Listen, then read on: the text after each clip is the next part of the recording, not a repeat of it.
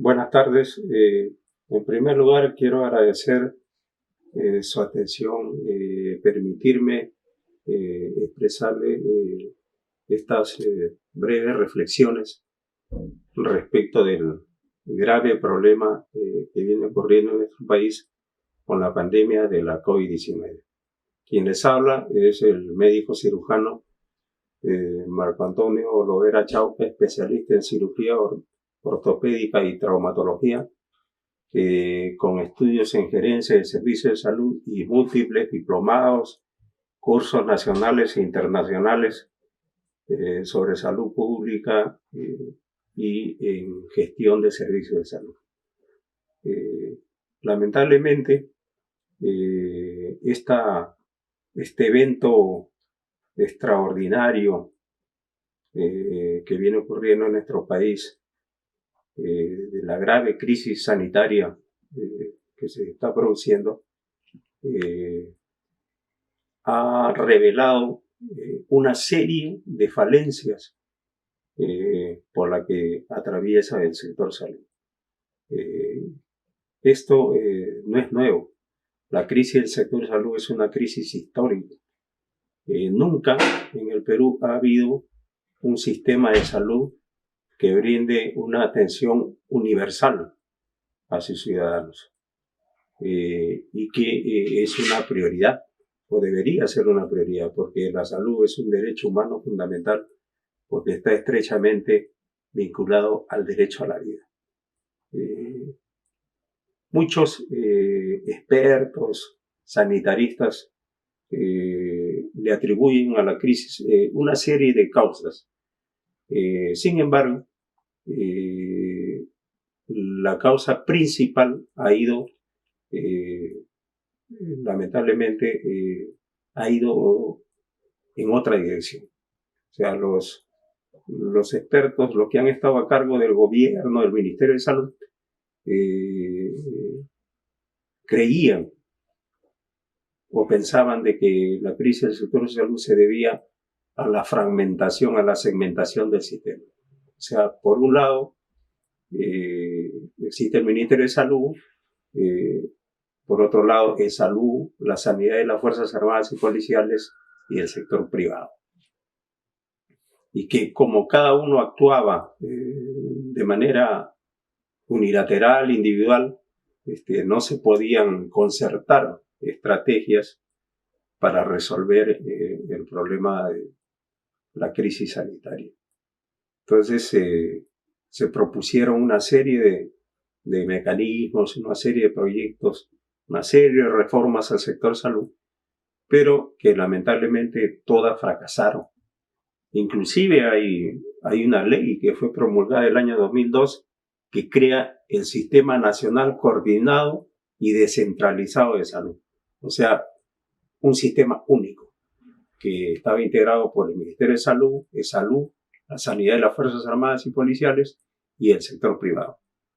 Pero, lamentablemente, nunca se pudo ni siquiera coordinar el sector o hacer las coordinaciones que necesitaba.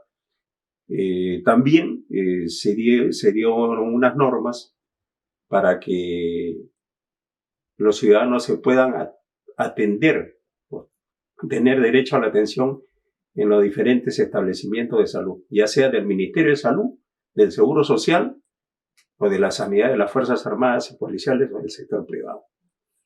Entonces, es una norma que nunca se pudo implementar en nuestro país, o sea, el intercambio prestacional. ¿A qué se debe, en todo caso? Y es lo que nosotros siempre afirmamos en sendas propuestas, ¿no? Porque quien les habla fue representante de la Asociación Nacional de Médicos del Sector Salud y siempre luchamos para que exista una auténtica reforma en el sector. Particularmente, yo elaboré un proyecto de ley que fue presentado al gobierno del comandante Ollantumala. Fue remitido al Ministerio de Salud y el Ministerio de Salud me respondió de que ellos también estaban trabajando la misma propuesta de una reforma integral al sector. Lamentablemente, ni se emitieron las normas de reforma, ni se solucionó la crisis del sector. Asimismo, también se le hizo llegar la misma propuesta al colegio médico. O sea, recuerdo que en ese tiempo el decano del colegio médico es el mismo colega que es ahora decano nacional, el doctor Miguel Palacio Celis. Él me felicitó, me hizo llegar una carta de felicitación, y a pesar de que el colegio médico tiene iniciativa legislativa para presentar proyectos de ley al Congreso, nunca se presentó. Y posteriormente también le hicimos llegar al doctor César Palomino Colina, que también fue decano del colegio médico, el mismo proyecto a la Federación Médica, pero no se avanzó, porque ellos pensaban de que el problema era la segmentación, la fragmentación. O sea, ellos lo que proponían era el sistema único de salud y que el Estado debería financiar, todos los peruanos deberían tener acceso a la salud gratuita, universal y gratuita. Una idea, un pensamiento noble, ¿no? Pero que lamentablemente nunca se pudo aplicar en nuestro país. ¿Por qué? Porque el problema de salud en el Perú es un problema estructural, así como lo hemos hecho ver en el proyecto que presenté. El problema de salud del Perú es un problema económico. O sea, cualquier reforma que se intente hacer en el sector salud en el Perú, si no está acompañada de los recursos para su implementación, fracasa. Y es un problema complejo porque lamentablemente la salud requiere de un costo. En los países desarrollados, la inversión per cápita en salud está por encima de los $8,000 al año. Sin embargo, en el Perú no llega a los $280. O sea, miren la diferencia, ¿no? Y si nos queremos comparar con los países de la región, con nuestros vecinos, en Brasil la inversión per cápita está por alrededor de los $1,200, en Argentina está por alrededor de los $1,000, en Chile está entre $700 y $800, en Ecuador, que es más pobre que nosotros, está por alrededor de los $500. Algunos expertos y la Organización Panamericana de la Salud ha dicho de que un promedio aceptable de inversión en salud sería del 8%. Bueno, entonces, como es un problema fundamentalmente económico, la gente, inclusive el presidente de la República, se pregunta, ¿no?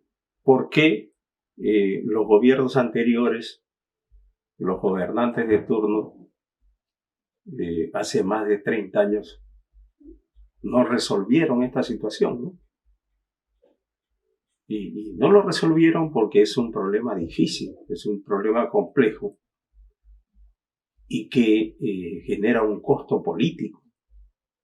Porque si quisiéramos implementar o aplicar lo que existe en los países desarrollados o lo que propone o lo que dice la Organización Panamericana de Salud, la Organización Mundial de la Salud, de invertir el 8% del PBI como es el promedio latinoamericano, en el Perú significaría que tendríamos que destinar cerca del 40% del presupuesto de la República. O sea, el 8% del PBI significa actualmente cerca de 60.000 millones de soles que se tendrían que destinar solamente para el sector salud. Y el presupuesto de la República apenas alcanza a los 170.000 millones de soles. Entonces, con toda razón, lo del sector educación, que es más grande que el sector salud, los profesores dijeran también, entonces para nosotros también tendría que ser la mejora. O los del sector interior, ¿no? Los policías también dirían, pues, nosotros también queremos parte de lo nuestro. los trabajadores del Poder Judicial, los de las Fuerzas Armadas. Y es que, lamentablemente, esta crisis del sector salud, las causas estructurales, está engarzada con causas estructurales de la sociedad peruana, del Estado peruano. ¿Y cuál es esa causa estructural que produce la falencia del Estado? Las falencias del Estado es la escasa tributación, o sea, la presión tributaria en el Perú actualmente está alrededor del 14% del PBI. Es el más bajo de Latinoamérica. ¿Y por qué hay una baja tasa de presión tributaria? Porque en el Perú, nuevamente, y vemos, ¿no?, que más del 70% de la economía del Perú pertenece al sector informal.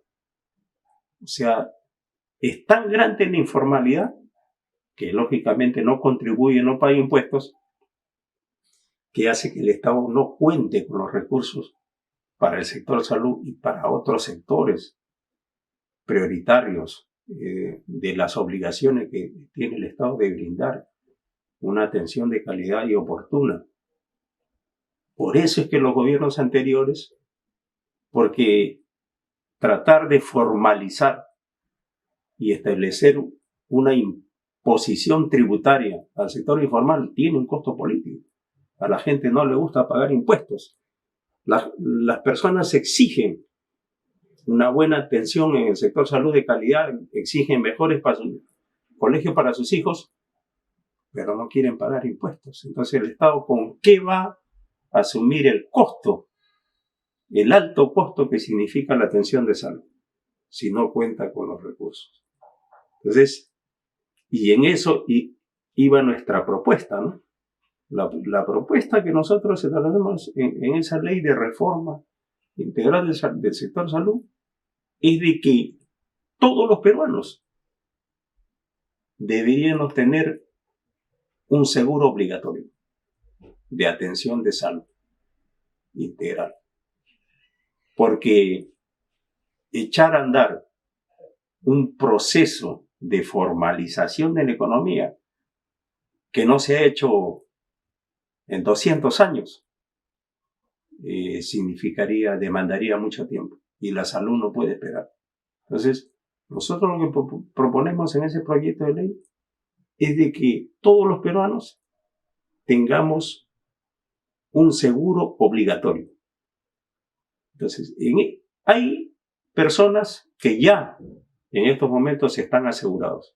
O sea, los que tienen seguro social en salud porque trabajan y sus aportes vienen de las empresas, los trabajadores dependientes, ¿no?, formales. Otro sector son los de las Fuerzas Armadas y Policiales que también tienen atención, están asegurados. Y la minoría o un grupo que tiene seguros privados.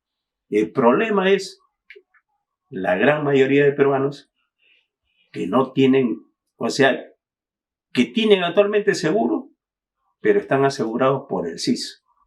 Entonces, los gobiernos también ha habido una irresponsabilidad de que a todas las personas les otorgan un seguro. Y se ha venido asegurando a las personas en el SIS sin contar con los recursos para poder atender con calidad a esas personas. Y eso es lo que hemos visto ahora con la pandemia, ¿no? Falta de camas, no hay oxígeno, no hay ventiladores, no hay camas UCI, falta de recursos humanos, no hay mascarillas, equipos de protección personal. ¿Por qué? Porque son seguros totalmente desfinanciados, ¿no? Actualmente el SIS cuenta con cerca de 20 millones de asegurados. Y el gobierno pretende asegurar a todos, ¿no? Por eso le ha denominado este año el año de la salud universal. Pero el problema es sin dotar de los recursos necesarios. Entonces, es por eso que nosotros en esta propuesta lo que pretendemos es dotar de esos recursos, o sea, que la reforma vaya dotada de los recursos financieros para su sostenibilidad. Y todos deberíamos, por eso que se propone que todos deberíamos tener un seguro universal de salud para recibir la atención con una cobertura completa de salud. Y no lo que sucede por ejemplo, con el seguro social, ¿no? En el salud, en estos momentos se está bordeando los 12 millones de asegurados. Pero ¿qué sucede? De que solamente los que aportan efectivamente a la salud son 6 millones, que son los titulares, los trabajadores formales. Pero los gobiernos de turno han ido pues asegurando a la esposa, a los familiares, a las concubinas, a las hijas de las concubinas que tienen derecho al parto, a dar a luz, todo así sean mayores de edad. Entonces, por eso es que el Seguro Social también ha colapsado, ¿no? Por eso es que en el proyecto nosotros proponemos de que el aporte a la seguridad social se incremente del 9% al 12% y que se eliminen todas esas exoneraciones que hay del aporte al Seguro Social por las gratificaciones, el seguro agrario, etcétera, ¿no? Entonces, por otro lado, el SIS, o sea, debe asegurar a todas las personas, pero con el mismo aporte. ¿Por qué el trabajador informal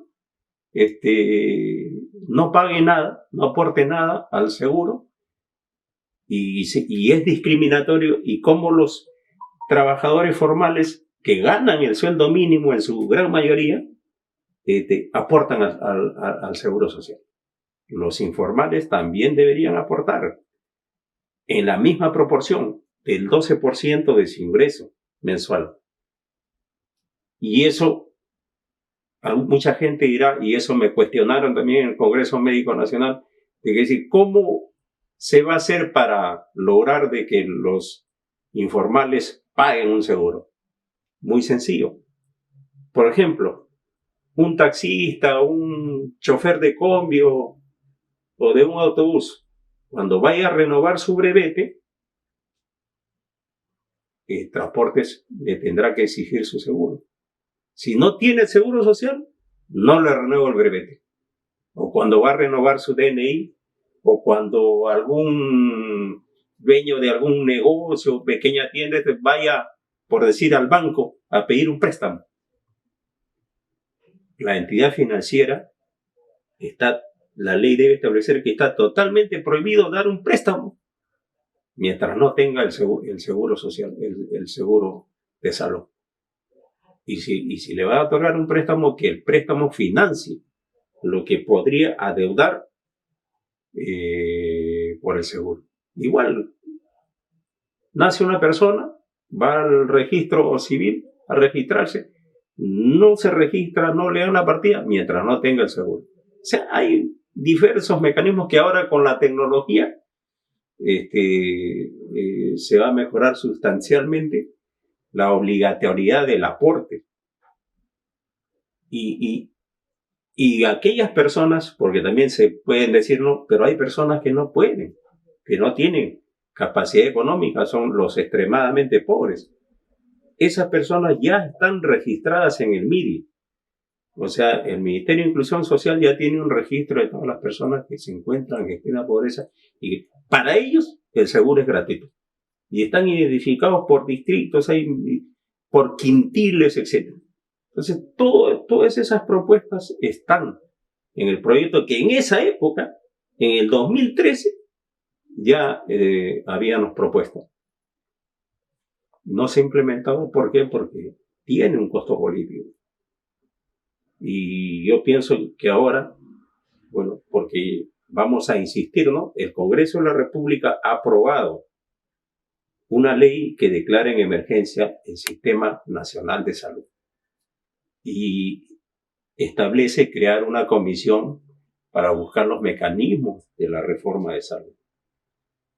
También dice la ley de que el Estado debe otorgar como mínimo el 8% del PBI para financiar el sector salud. Lo que no dice la ley es cómo se va a financiar. Lo que sí nosotros decimos cuál es el mecanismo. O en todo caso, la comisión tendrá que establecer cuáles son los mecanismos para que ese 8% sea efectivo, el PBI. Porque de lo contrario, sería más de lo mismo, ¿no? Eso ya más antes ya se ha intentado. Yo he participado en las comisiones del Congreso de reforma del sector salud. Y ¿cómo se llama? Y los proyectos que se pasearon ahí no tuvieron éxito, fracasaron. ¿Por qué? Porque nunca se consideró de dónde iba a salir el dinero, de dónde iba a salir el financiamiento.